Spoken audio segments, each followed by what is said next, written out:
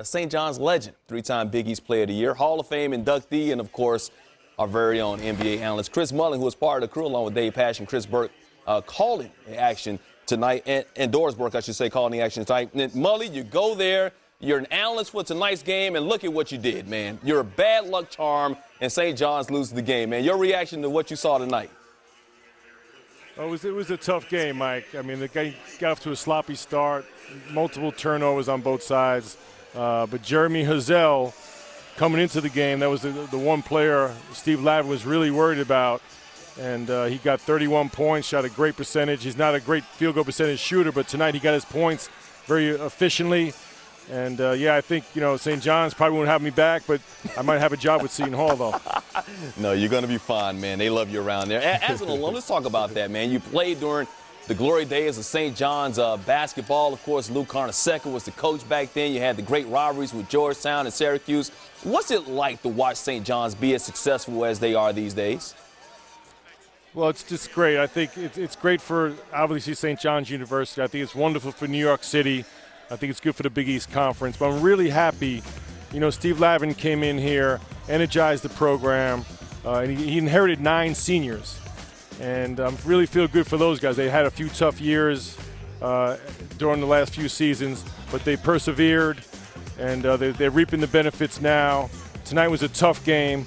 They got a 48-hour turnaround. They play South Florida on Saturday. Then the Big East tournament comes. So they've had a wonderful season. They just need to put this game behind them because this was an ugly game for St. John's. Could be costly because it was a big game for them, because if they could win out these last 2 games, they would have had a double bye in the Big East Conference.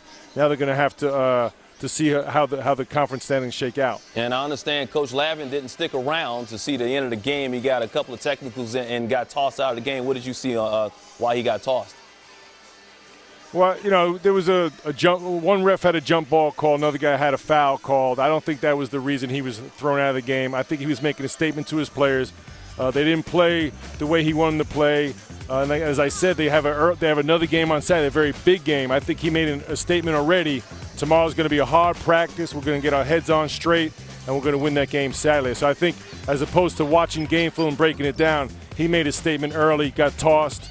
And I'm sure he's giving him a good talking to right now in the locker room. As an alum, of course, some of the alum who played at St. John's or other universities, sometimes you guys are the biggest cheerleaders, and sometimes you're the biggest critics of your former programs.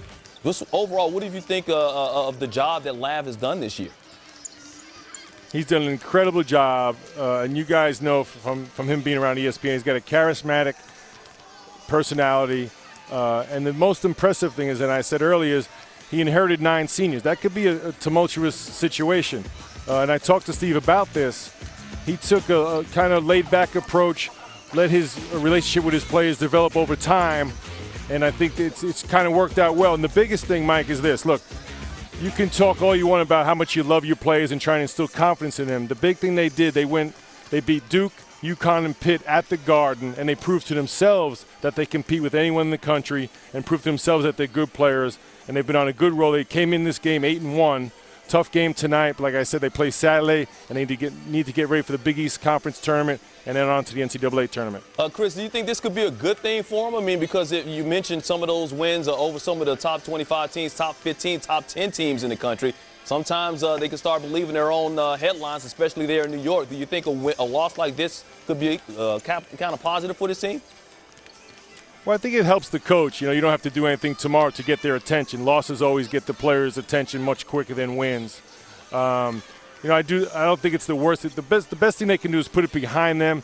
They had a little history early in the season of playing down to their competition, which in March is dangerous because, you get into the NCAA tournament. You can't have a game like this or you're out of the tournament. So I think that's what Steve Lavin will harp on, is coming out tomorrow, have a great practice. And from here on out, they need to play at a high level, the high level that they've been playing at the last 9 games before tonight, and not, have these lapses. And tonight was, I think, an aberration for them, especially over the last 9 games. They turned the ball over. They didn't get good looks. And the big thing they always rely on is in their defense is getting turnovers and getting out in transition. That didn't happen tonight. Didn't have many deflections. So tomorrow will be probably a nice long practice. They'll get it together. So I don't think it's the worst thing in the world. I don't think you ever want to come out and have a terrible game. But from a coaching standpoint, tomorrow they'll be listening up pretty good.